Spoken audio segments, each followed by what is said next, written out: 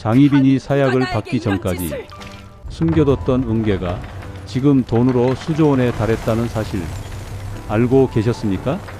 오늘날 삼성 회장도 부럽지 않을 만큼 어마어마한 억만장자 재벌의 딸, 이것이 우리가 몰랐던 장희빈의 진짜 정체입니다. 가난해서 울고불고 하던 드라마 속 모습은 싹 잊으셔도 좋습니다. 조선 왕조실록이 꽁꽁 숨겨온 장씨 가문의 그 지독하고 화려한 비자금의 실체를 지금 바로 공개합니다. 조선 숙종시대 왕실의 권위보다 더 실질적이고 무서웠던 힘은 바로 역관 장현희, 금력이었습니다. 그는 단순히 청나라 말을 통역하는 기술관이 아니었습니다. 조선의 인삼 무역권을 사실상 독점하며 청나라의 은자를 빨아들이는 거대한 블랙홀과 같은 존재였죠. 당시 장현희 한 번에 무역 행차로 움직이는 은자의 양은 수십만 냥에 달했습니다. 이것이 어느 정도의 규모인지 체감이 되십니까?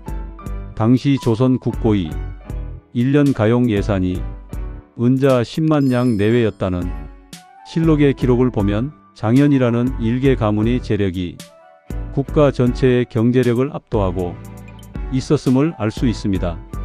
백성들 사이에서는 나라의 가뭄이 들어 국고가 비면 임금이 장현에게 손을 벌린다는 말이 돌 정도였으니 장현은 말 그대로 조선의 그림자, 국왕이었던 셈입니다. 장현의 위세는 그가 살던 집의 규모에서 극명하게 드러납니다. 한양 도성 한복판에 위치한 그의 저택은 대궐 부럽지 않은 수십 칸의 규모를 자랑했으며 집안의 기둥 하나하나가 일반 사대부들은 구경조차 못할 귀한 자개와 채색으로 장식되었습니다. 장희빈은 바로 그 금은 보화가 산더미처럼 쌓인 창고를 보며 자란 여인이었습니다. 그녀가 입궐하던 날 수십 명의 노비가 들어 나른 비단 상자와 보석함은 궁궐 상궁들의 기를 죽이기에 충분했습니다. 그녀는 가난을 피해 궁으로 들어온 가련한 여인이 아니었습니다. 막강한 자본력을 바탕으로 왕실이라는 거대한 성체에 투입된 장현 가문의 가장 화려한 승부수였습니다. 더욱 무서운 것은 그의 정보력이었습니다. 장현은 북경의 고위 관료들과 끈끈한 네트워크를 형성하며 조선 조정보다 먼저 청나라의 정세를 읽었습니다. 돈으로 정보를 사고 그 정보로 다시 돈을 불리는 정경유착의 고리 중심에 장현이 있었고 그 정점에 장희빈이 서 있었습니다. 장희빈의 권력은 단순히 숙종의 총애에서 나온 것이 아닙니다.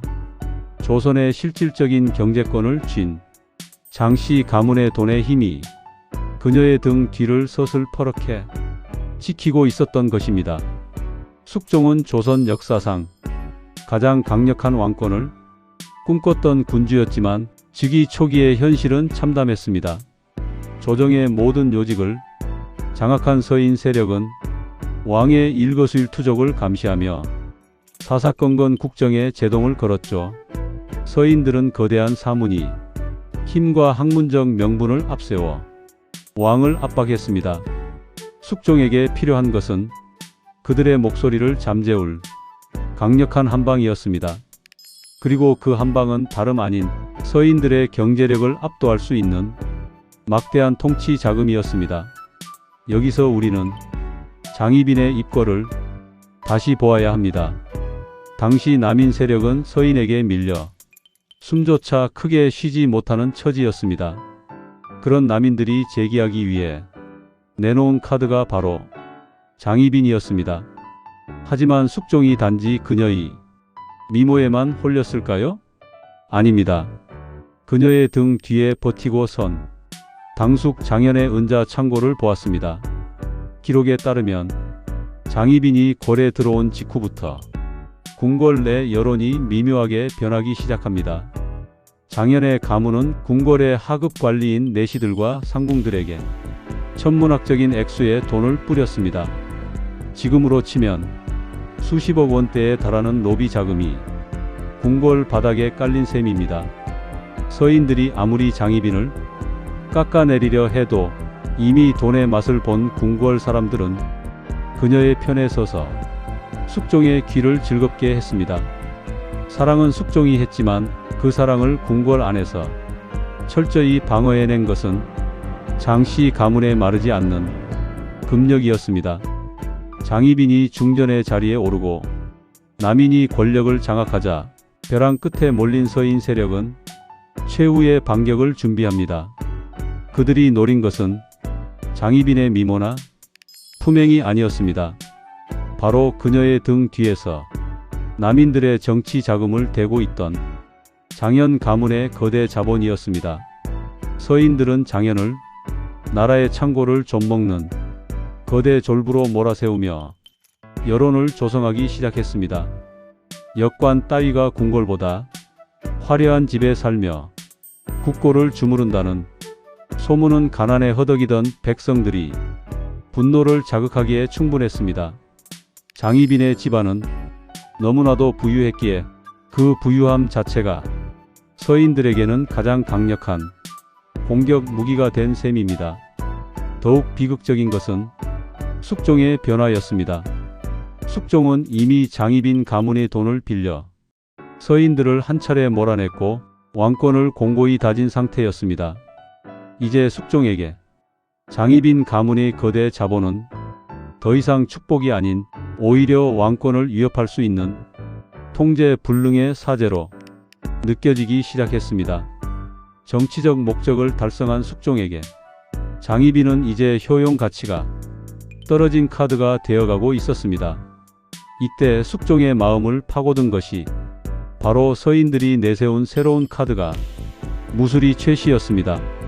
장희빈이 화려한 금수저 출신의 재벌녀였다면 최씨는 아무것도 가진 것 없는 평범한 여인이었죠. 숙종은 이제 자신을 압박하는 장씨 가문의 그림자에서 벗어나고 싶어 했습니다.